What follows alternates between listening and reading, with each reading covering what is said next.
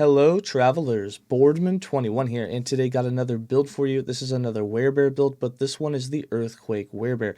This one brings back Earthquake into the mix by using Boulder's Wrath. We're still going to be low life, we're going to be very tanky, and then on top of it, we're going to do even more damage. Now, the old Werebear had a very short cooldown in which you could proc it, every 1.5 seconds. It's not that ridiculous, but because you get to use Maul, and Maul can hit just as hard as Earthquake, you do have more damage. We're essentially doing 4 hits now instead of 3, which is really cool. And the way that we made this possible is that when you are using the Spriggan tree, but not actually in Spriggan Form, but when you use the Spriggan Form tree, you can make the vines give you rage back. Well, that's global. It doesn't matter where the vines come from. So we can actually have Entangling Roots, which will make seeds, and then the seeds will make vines, and the vines will give you rage. And the reason that works well is because in Werebear, you can proc Entangling Roots, and you don't care about the cost since you're getting it all back. So ideally in this one, you just use Maul. It procs the furry tree that you're doing. It's going to go ahead and proc Entangling Roots. Entangling Roots will be in a circle and do big area, and then at the same time, it will proc the Earthquake, do its 3 hits, and then you'll have a bunch of vines around that are doing poison damage, and it'll help you with your single target. So it just absolutely destroys, and rampaging around allows you to move much quicker, especially in straight lines. So let's go ahead and get into the skills, the interactions, and just how this tanky Earthquake Werebear works.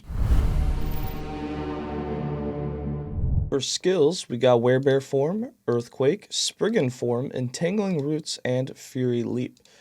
For Werebear Form, we do have +1 to this on the helm, but with this, we have it set up so that it procs Entangling Roots. We have it so that Maul will use the Fury Leap tree, and then we also have it so that we get some extra critical strike chance and as much damage as we can get. So we've got 2 points in Territorial, 3 points in Pummel and Bash, and then that gives us the 1 point in Woodland Bear, so that Entangling Roots will be procced when we use Maul. Then we've got 2 points in Fury of the Maul, 3 points in Bloodthirst, and 1 point in Skull Crusher, so that the Fury Leap tree will now apply to Maul. This allows us to stack a lot of damage with it. Then we also have 5 points in Rip and Tear, 2 points in Army Sundering, and 2 points in Insatiable, so that we have base crit chance for Maul and Rampage, but it's really that global increased chance that we want because that increases the odds of us critting with Earthquake. For Earthquake, this is going to be procced because we have a weapon, so every time that we use a movement ability that's not channeled, it will proc Earthquake with a 5-second internal cooldown. And so every time that we use Maul, which is a movement ability, it's going to proc Earthquake as long as you wait 5 seconds, or if you're constantly spamming it, it'll be every other one. We've got 4 points in Rupture for initial hit damage, 1 point in Seismic Smash, 1 point in Seismic Tide so that we can get the initial hit 3 times, so we get 3 hits, which is really nice for it. The mana consumed, or rage consumed in this case, won't make it too expensive because we have unlimited rage in this build always building up. It's going to allow us to expend that and not really care. 1 point in Potency, 2 points in Sunder, 3 points in The Harder They Fall, 2 points in Concussion, 1 point in Outbreak, and 5 points in Shatterquake. So we do an extra 150% more damage against a chilled or frozen enemy. So we'll be applying some chill on hit thanks to our passives. For Spriggan Form, we're using this so that the vines will give us rage. That's all that we really want it for. We're also using it to where we build into the vines damage, because since we are summoning vines while we are in Werebear Form, it's going to allow us to have them actually do damage and help us take down single targets faster.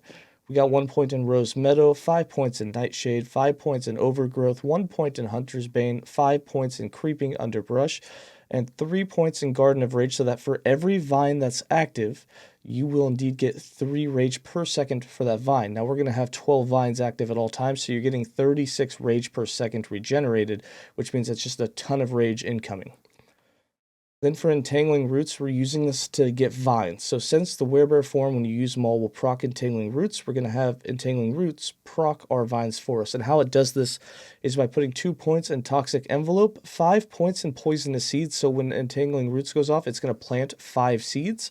And then those 5 seeds with the 1 point in Rampant Growth will turn into vines. So after a few seconds, they turn into vines, and then they'll start generating you rage. We also have 2 points in Entrapped and 5 points in Frenzying Thorns, so that the vines that we have, which will have 12 at all times, are going to have 50% increased cast speed. So they're going to apply a lot more poisons really quick. And then we also have 1 point in Reclamation, 3 points in Noxious Grass, and 1 point in Overgrown Garden, and this allows for the circle mode. It does give it a 4-second cooldown, but that cooldown is bypassed when you proc it with Maul, so it'll happen, you'll get an Entangling Roots every time that you Maul, even if you're doing it every 3 seconds. And then we have Fury Leap, and this applies to the Maul itself, giving it more damage.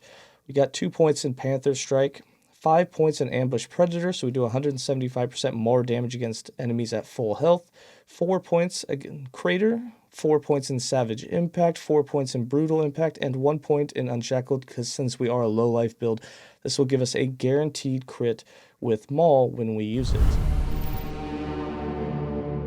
For passives, we got some in all of the masteries. So starting with the Primalist, we got 25 points. We have 8 points in Natural Attunement, 1 point in Primal Strength, 6 points in Primal Medicine, 5 points in Hunter's Restoration, and 5 points in Berserker. This allows us to do 100% more melee damage as well as take 25% less damage. So as a low life build, this is going to make our skills literally hit twice as hard. For the Shaman, we have 15 points so that we could unlock the Earthquake. We have 8 points in Shamanic Infusion and 7 points in Tempest Form, and this gives us the chill chance on hit as well as some more health. The 8 points in Shamanic Infusion gives us Attunement, which gives poison chance for the vines. It's also going to do increased damage for our skills. And then we have the 8% Penetration, which is really nice because we will be hitting with a fire skill. It'll have fire on as well as physical, and it'll penetrate and do more damage. So it's a straight up more damage modifier for us.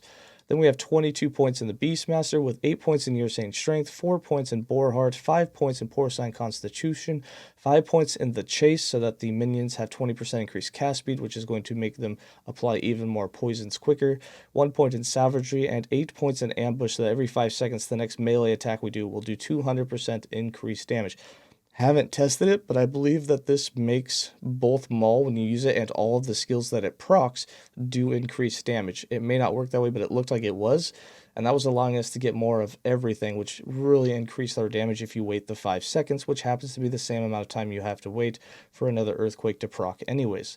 And then we have 30 points in the Druid, which is our master class. We got 7 points in Primordial Resonance, and this gives us a bunch of increased damage as well as 10% elemental penetration while we are transformed, so it allows us to do even more damage with Earthquake and Maul. We have 2 points in Claws of the Forest, 7 points in Druidic Prowess, 5 points in Wind in the Leaves, 3 points in Focused Wraith, 1 point in Rancor, and 5 points in Force of Nature.